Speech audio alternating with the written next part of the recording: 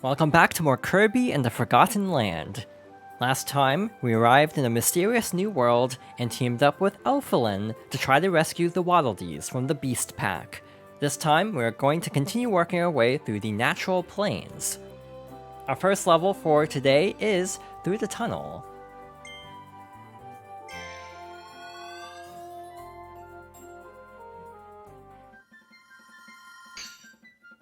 Alright, so we have this little construction site of sorts. Like in the previous stage, in addition to actually saving several Waddle Dees, we also need to be on the lookout for specific objectives. For one of the objectives, we actually need to swap over to Fire. Fire works a little bit differently than past Kirby games, because in older Kirby games that were in 2D, the way movement worked is if you double tapped the D-pad, you would start running, and if you're running and press the attack button, you'll do a little dash. Because of the way this is structured now, we actually have our standard fire attack, but to perform the dash, we actually have to jump and attack, like so. It's not quite as convenient. By the way, our first mission is to light 4 lantern switches. It's not as convenient as in the older games, I'd say, but it's a good workaround. Honestly, it's actually really fun moving very quickly through levels by dashing all over the place like so, even though it's a little bit less convenient because you do have to like be in midair to actually perform the dash, but it's not too bad. We have a lot of enemies around here, so let's be a little bit careful. We also have another dome, so we can kind of move that out of the way, hit the switch, and see what's inside this little passage. Find the secret room. So this was another objective. We also have this little treasure chest, which has our first Waddle Dee of the stage. This stage has 4 captured Waddle Dees, so we have to be on the lookout. Different stages also have different numbers of Waddle Dees, and typically their icons on the objective marker indicate their order. So for example, if you miss a Waddle Dee, like for example, if the Waddle Dee you find is the 3rd Waddle Dee in the stage, that means you missed one. So it's actually very well structured that you can easily tell at a glance, like if you missed something. I almost feel like the game does that on purpose at times, and I'll talk about that later on. Alright, so we're in another dark area, so let's shine a little light on this situation. Also, because we have this objective, we have a new type of Gordo. If I'm not mistaken, this is called a bar Gordo, which makes a lot of sense as a name. I think standard Gordos do show up later on. I do find these enemy designs very interesting. Like, it's an interesting way to adapt a Gordo into 3D by just making it really long. We also have another lantern switch, and we have a capsule behind this gate. So let's find this and open it up and see what figure we get at the end of the stage. Like the keychains in Triple Deluxe and the puzzles in... Actually, I think the puzzles were optional in Star Allies. Like, it was technically not required for 100%, but I think the keychains were. But yeah, the keychains are required, so definitely try to collect as many as you can. There are other ways to get keychains though, so if you are missing a lot of figures, it's not the biggest issue. There are other ways around that. So, like, if you are missing figures by the end of the game, you don't have to just play stages over and over again. There are faster ways to actually get figures, but I'll talk about that a lot later, probably. Break that. I actually wanted this coin. Alright, so here's our next Waddle Dee. That is number 2, so we are on track. We have not missed any. By the way, you can always pause the game, and that will show you which objectives you found and which Waddle Dees you found. We are still missing one objective, actually. Alright, so let's head inside here. Alright, so You have another fire enemy in case you dropped the power up earlier, and we have this little fuse. So this works like in most Kirby games, just light the fuse and then dash over to the cannon. You can hold the shoulder buttons to speed it up, and this will launch us straight up in this case, breaking those blocks and revealing another hidden Waddle Dee. So we have one more to go, and we still have one hidden objective to go. So you can also kind of gauge how far along in a stage you are just by how many collectibles you have. In general, I feel like the hidden objectives are also relatively in order. Okay. I was trying to actually think about this song, actually, if this is original or not. I think a lot of the music in this game is original.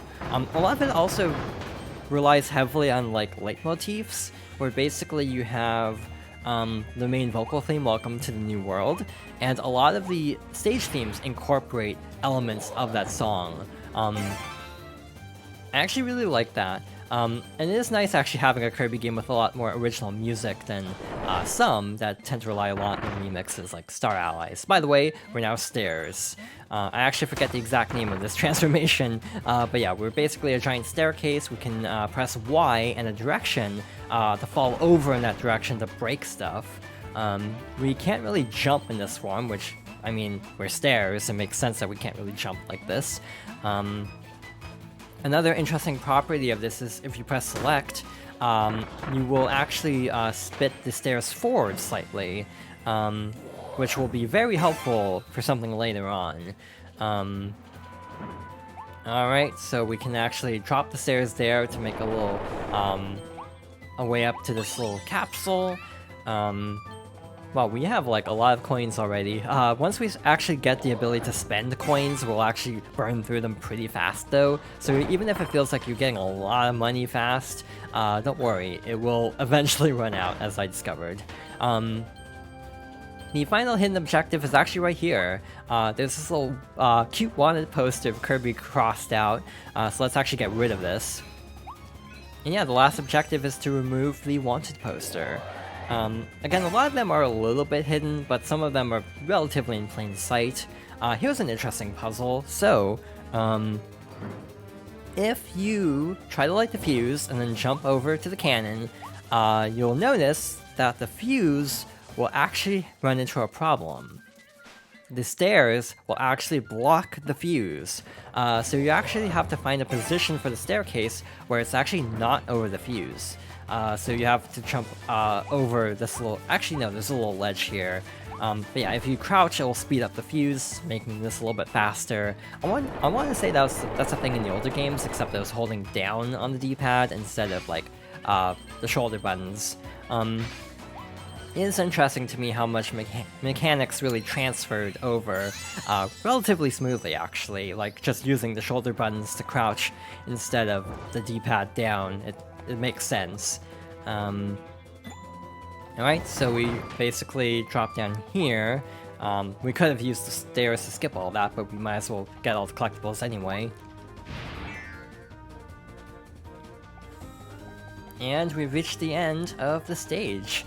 Despite there being a sword enemy here, there actually isn't like a boss fight or anything. So all we have to do is run over and free the Waddle Dees.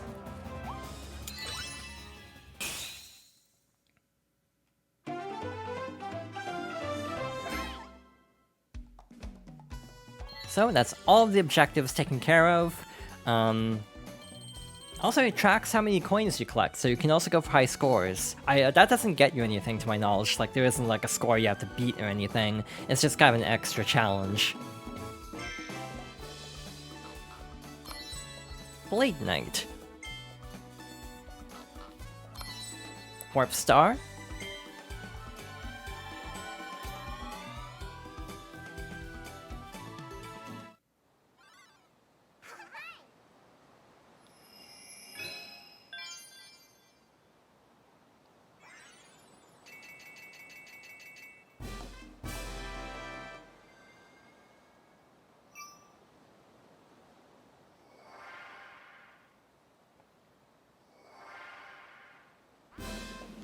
The Waddle Dees you saved found a new mysterious area, Treasure Road. There could be rare items in there. Hop in and explore. Alright, so we have a choice now.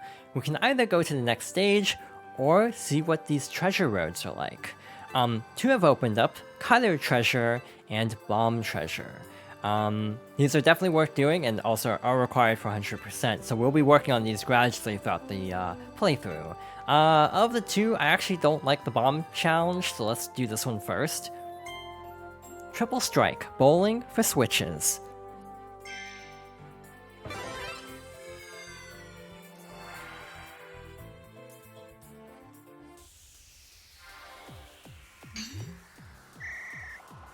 So these are little time attack stages that basically require you to very adeptly use specific power-ups.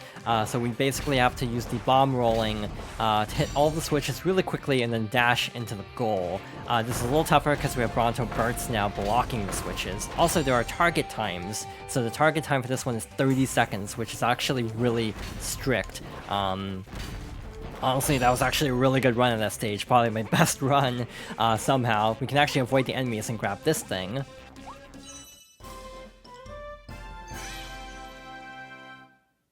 Rare stone found. We also cleared the target time, giving us an extra 50 star coins. Target times are not required for 100%, which is surprisingly merciful, actually, because some of the later target times are absurdly strict.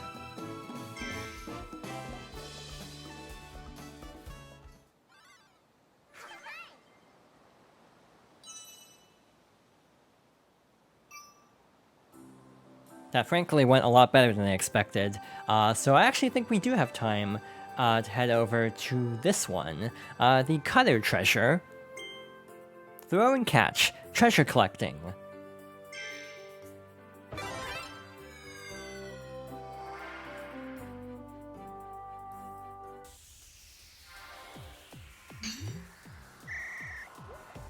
In this stage, we have to collect these little gems, using Cutter. So yeah, basically once we collect all the gems in an area, we'll unlock the exit portal. But yeah, obviously you could just float over and pick them up, but that would be a lot slower. Alright, so let's head over to the next area. By the way, the target time for this one is a minute, so this one's a little bit longer. But honestly, I actually find the other one tougher. I say as I'm actually kind of botching this challenge. Somehow I'm not shocked that the one I struggled on my first playthrough is actually the one I flew through, and this one is the one that's actually giving me a little bit of a headache, trying to get through this quickly. I think we're still fine, to be honest. If I can actually land all these tosses, will be definitely fine, which I can't exactly say I'm doing particularly well. By the way, your power-up will actually go back to whatever you had before you entered the challenge, so this doesn't overwrite your current power, which is good, that you don't have to like lose out on the power just to do these.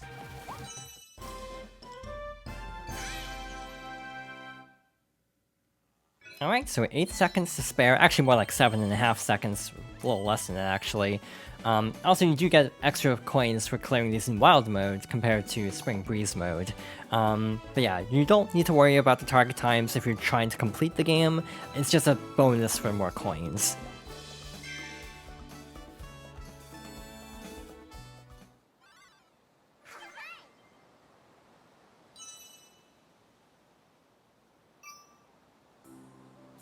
The treasure roads unlock as you collect Waddle Dees, or as you rescue Waddle Dees, but there are actually several secret ones around the hub area. So as you fly around, you might get these little search prompts. This one is just a star coin. But over here, you found a hidden portal to a treasure road. Let's see what's inside. I'm not going to worry about this one quite yet. I think I'll go over to a regular stage first, but I just wanted to show where these are. We found a hidden portal to a treasure road. Let's see what's inside.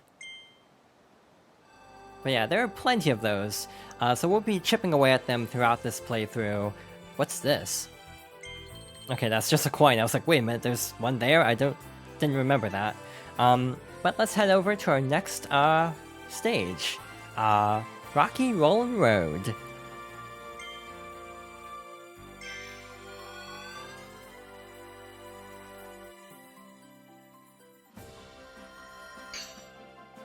This stage is honestly a lot of fun, and actually has our first major secret of the game. Honestly, I'm actually really impressed by how quickly the Kirby community is able to find secrets. Regardless of when this video goes live, this is actually being recorded really close to the game's release.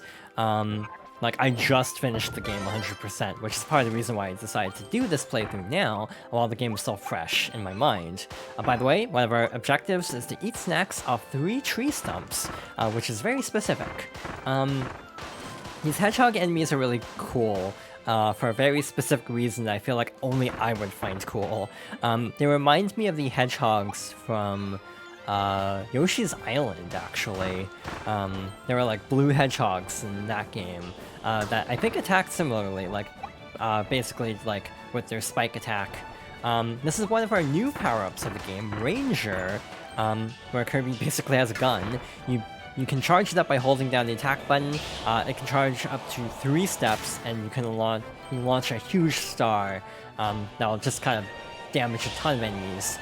It will lock onto enemies automatically. Other objects, it's not as reliable. Like, it won't lock onto this target. So you simply have to like line up the shot basically. There's our first Waddle Dee of the stage. Yeah, Ranger's a fun power-up, actually. I like how the little headlamp on this actually shines light. And it's such a weird detail that I actually am constantly impressed by when games actually take the time to do things like this, of actually having, like, light sources actually cast light on the environment. Because it's not necessarily something they had to do. Like, Kirby didn't need the headlamp. Find the side road while going uphill, so that's right here. And we also have another dome mouth transformation spot here.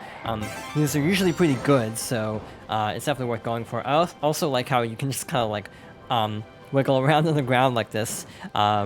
Again, something that they didn't really have to program in, and yet I appreciate that they did, just for the extra charm. Kirby is a series that kind of relies a lot on charm, I think, as much as I enjoy these games.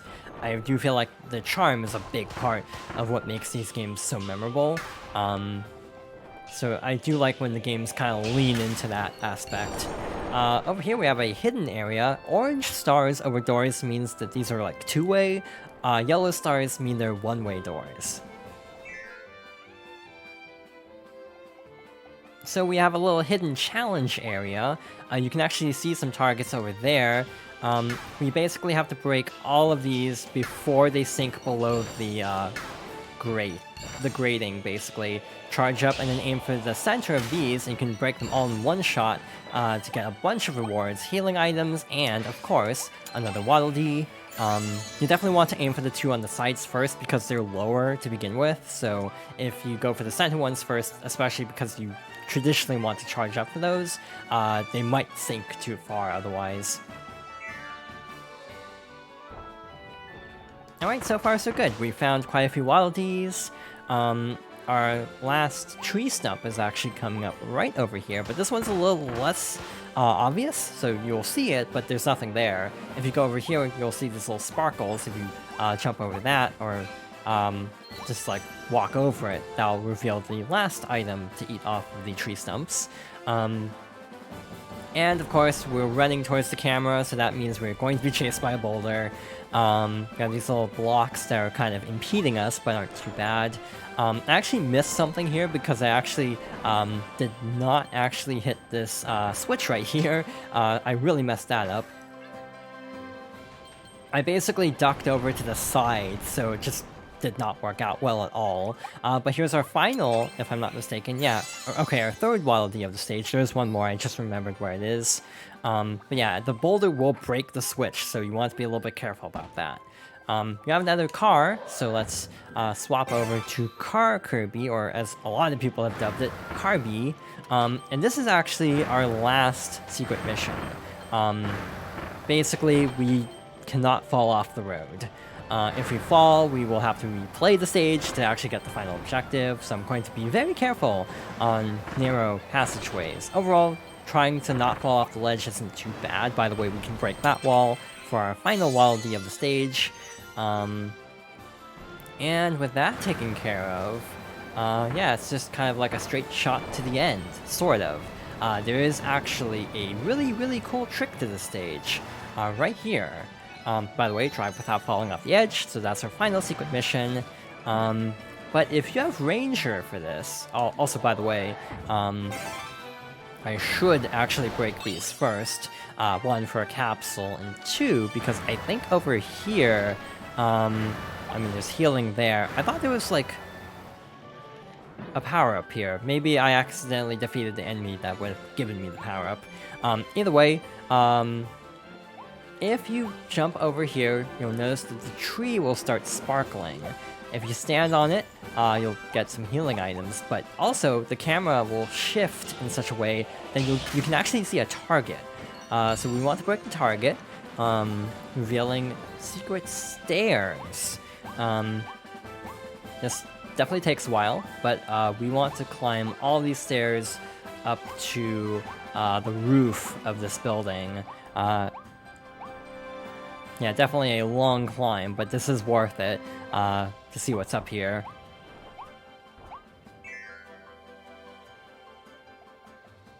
So far, it doesn't seem like anything terribly special, but there's an arrow telling us to go down here. We can slide down the roof collecting star coins along the way, which is cool. There's a really valuable one too. The red star coins are worth more. But as we move over here, we have our very first Howl Room of the game.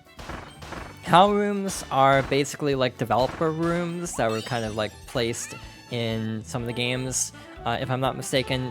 One, I think, was actually accessible by accident in Kirby's Adventure, but starting with the more modern Kirby games, they started including them on purpose, basically as hidden secret areas. So we have tons of star coins, healing items, power-ups to choose from, including ones that we won't actually be seeing for a while. Some very valuable ones too, like hammers to our left, tornadoes to our right. And we also have a music, I think, of Star Allies' main theme. At least that's, I think, what it is. So yeah, this is basically, ever since I want to say like Superstar Ultra, like, yeah, the more modern era of Kirby. I don't think a lot of the like Super Nintendo ones had them, but a lot of the modern Kirby games do incorporate Howl Rooms as little Easter egg areas, and I really like that attention to detail. I don't recognize the song. This must be from one of the other like games. Yeah, I think I heard somewhere that this is a medley of like different Kirby themes. Alright, so that's basically all there is to this first Howl Room, so let's head over to the main area.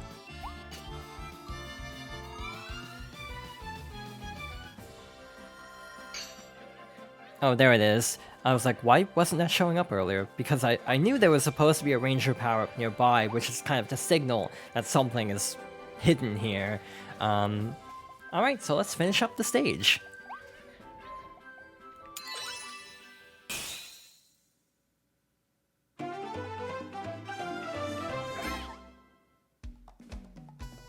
All objectives cleared, and a high score of 461 star coins and an extra 50 for wild mode. Yeah, we are racking up the coins, but we will definitely be going through them very quickly later on. Big Kabu. Lightron Works Sign. Lightron Works Company was a massive corporation that invested in research and development within all kinds of fields: electro, bio, astro, and more. Lightron eventually split up, giving rise to many rival companies and countless heated corporate battles. Kabu? Gordo Bar.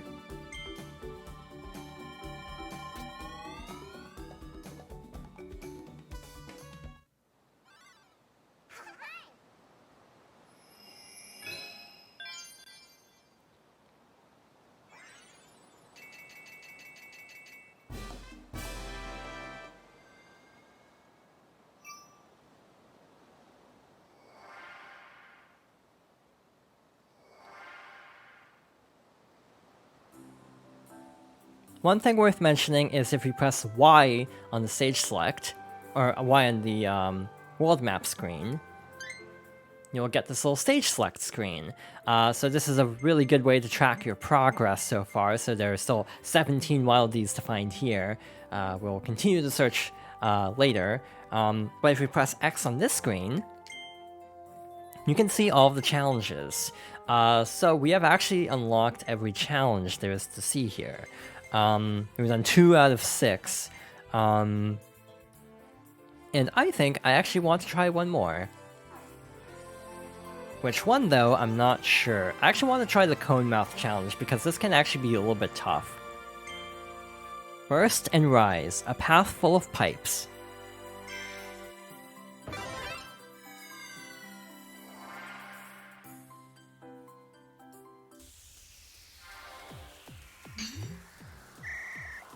So this challenge entirely relies on the Cone Mouth transformation, and has a target time of 45 seconds, which is interesting considering we're only given a minute total for this stage. That's a little scary, actually. One thing worth noting is when you press Y, Kirby will lunge forward slightly, even if you press Y in midair, like this. So use that to your advantage, breaking the pipes potentially without even touching the ground in some cases, to really speed things up. Either way, this is actually a very strict challenge time. Again, you don't have to worry about target times, especially if you're not worried about the coins, but we made it.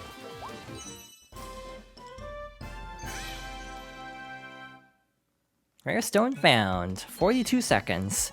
Barely made it. About 2 seconds to spare.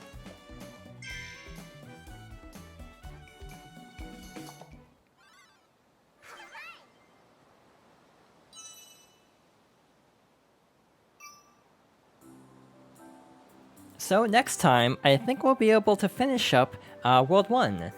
So thank you for watching, and I hope you'll join me next time for more Kirby and the Forgotten Land.